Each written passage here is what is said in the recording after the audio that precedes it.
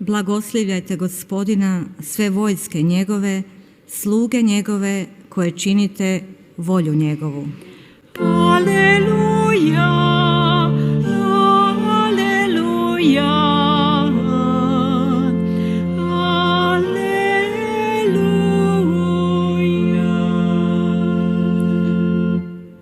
Gospodin s vama. I s duhom tvojim. Čitanje Svetog Evanđelja po Ivanu. Slava tebi, Gospodine. U ono vrijeme, kad Isus ugleda gdje Natanael dolazi k njemu, reče za njega: Evo istinitog Izraelca u kojem nema prijevare. Kaže mu Natanael: Odakle me poznaješ? Odgovori mu Isus: Vidjeh te prije nego li te Filip pozva dok si bio pod smokvom. Na to će mu Natanael: Učitelju, ti si sin Božiji, ti kralj si Izraelov. Odgovori mu Isus: Stoga što ti rekoh, vidjeh te pod smokvom, vjeruješ, i više ćeš od toga vidjeti. I nadoda: Zaista, zaista kažem vam, gledat ćete otvoreno nebo i anđele Božije gdje uzlaze i silaze nad Sina čovječijega. Riječ Gospodnja. Slava tebi, Kriste.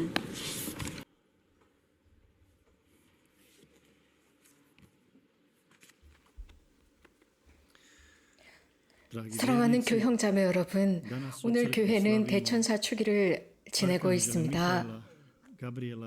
미카엘, 가브리엘, 라파엘 대천사 축일입니다. 성경에서 천사들에 관해서 이렇게 정의하고 있습니다. 하느님께서 창조한 피조물로서 온전히 하느님께 집중되어 있고 그들은 하느님 앞에 있고 하느님을 위한 존재로서 창조되었습니다. 하느님의 메신저들입니다. 또 피조물인 사람 곁에 살면서 이 세상에서 하늘을 향해 문을 열어주는 존재들입니다. 주님 앞에 사는 그들이 어떻게 우리 곁에 있을 수 있을까요? 그 이유는 하느님께서 우리가 생각하는 것 이상으로 우리들과 가까이 계시게 하기 위함이었습니다. 하느님께서는 천사들을 통해서 사람들을 깨우고 계십니다. 베네딕토 16세께서는 강론 중에 대천사들에 관해서 말씀하셨습니다. 먼저 미카엘 대천사입니다. 성경에 등장하는 미카엘 대천사의 사명은 두 가지입니다. 첫 번째는 주님께서 말씀하시는 대로 도굴품은 뱀으로부터 지키고 방어하는 것입니다. 두 번째는 하느님의 백성을 수호하는 것입니다. 그 뱀은 늘 사람을 유혹하고 하느님께서 사라져야 한다, 그래서 사람이 첫째가 될 수 있다라고 유혹하는 뱀입니다.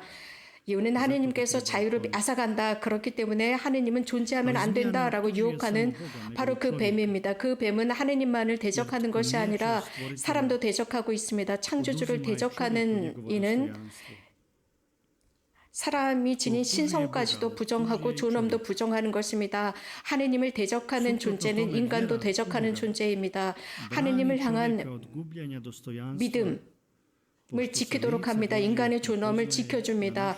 이유는 우리들의 모습 속에서 하느님의 형상이 드러나기 때문입니다. 인간이 위대한 이유는 하느님께서 인성을 취하셨다는 것입니다. 두 번째는 가브리엘 대천사입니다. 이 가브리엘 대천사는 동정 마리아에게 예수님의 잉태 소식을 전한 위대한 선포 속에 드러납니다. 가브리엘 대천사는 메신저로서 하느님께서 인간이 되신다는 소식을 전했습니다. 마리아의 문을 두드립니다. 그래서 하느님께서는 마리아 대천사를 통해서 마리아의 문을 두드리면서 구원자, 그분의 외아들의 어머니가 되신다는 소식을 선포하도록 합니다. 그래서 자신의 몸을 영원하신 하느님의 아들을 위해서 봉헌하도록 초대합니다. 이렇게 가브리엘 대천사는 항상 인간의 마음을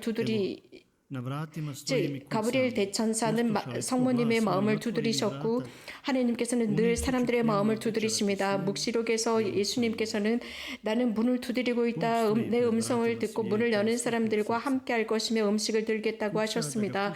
하나님께서는 인간의 마음을 두드리십니다. 항상 두드리십니다. 우리 마음에 들어오고자 하시기 때문입니다. 하나님의 육화 사건은 모든 시대에 걸쳐서 유효해야 합니다.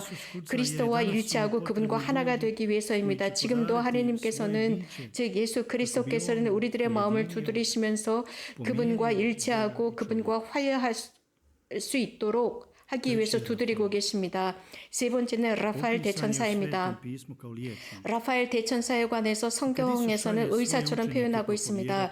예수님께서 복음을 선포하도록 제자들을 세상에 보내셨을 때 이 사건도 환자들을 치유하라는 사명도 포함되어 있다는 것입니다. 착한 사마리아인은 상처받은 이를 치유했습니다.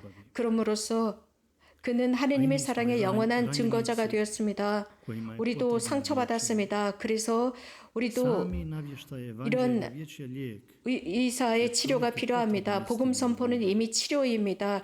사람은 진리와 사랑을 필요로 하기 때문입니다. 토비아서에서 라파엘 대천사는 인간 남자와 여자의 관계를 조절해 줍니다. 그들의 사랑을 치유합니다.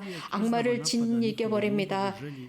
이 악마는 지속적으로 남녀의 사랑, 즉 부부의 사랑을 파괴하려고 침투에 들어옵니다. 그러나 라파엘 대천사는 그들로 하여금 힘을 부여하면서 상호를 받아들일 수 있도록 도와줍니다. 결혼이라고 하는 것은 이 창조 사업과 함께 시작이 되었지만 죄로 인해서 위협받고 있습니다. 그러나 그리스도를 통해서 치유받습니다. 그리스도의 구원적인 사랑을 통해서 부부의 사랑을 치유하고 결혼은 혼배 성사로서 그리스도의 십자가 의 사랑을 통해서 치유받습니다. 구원하는 사랑으로서 모든 분위기를 치유하고 상처받은 마음을 치유합니다. 토비아서에서는 눈먼 상태를 언급하고 있습니다. 사람은 눈이 멀 위기에 처해 있습니다. 하나님을 보지 못할 위기입니다. 이 세상에는 기술적으로 많은 빛들이 만들어졌습니다. 그럼에도 불구하고 이 세상에 그렇게 많은 빛이 있음에도 불구하고 주님의 빛을 보지 못할 위협입니다. 그렇기 때문에 라파엘 대천사는 이런 사명이 있다면 가브리엘 대천사는 복음 선포를 통해서 우리들의 눈먼 상태를 치유해 줍니다. 사랑하는 형제자매 여러분, 대천사들은 우리가 하나님의 모습을 볼 수 있도록 도와주고 또 사람들 속에서 하나님의 모습을 보도록 합니다. 이것은 이 세상에서 미래 우리들의 사명을 보도록 합니다. 대천사들처럼 즉 미카엘 대천사 곧 하느님 앞에서 사람을 단죄하는 것이 아닙니다. 혹은 사람들 앞에서 사람 자체를 단죄하는 것이 아닙니다.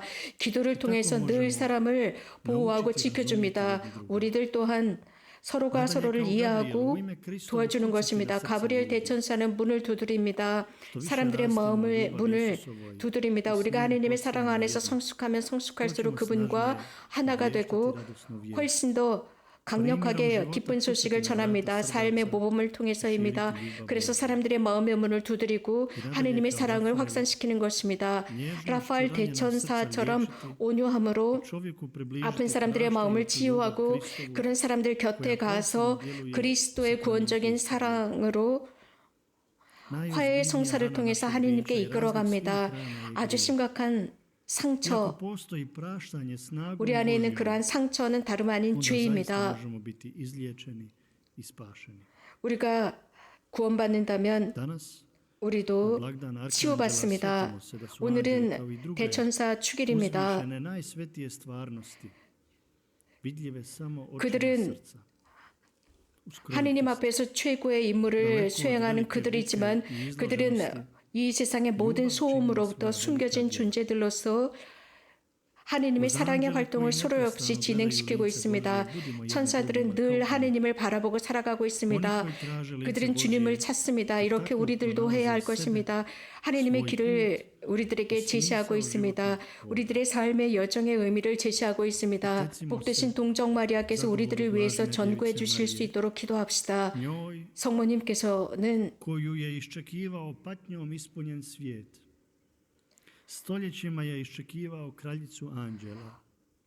오랫동안 Nju je njezin sin očuvao i 오랫동안 najmanjeg dodira divljih 이 세상의 다양한 인간적인 영광으로부터 당신의 아들을 보호하셨습니다. 기적이나 승리 속에서 사신 분이 아니셨습니다.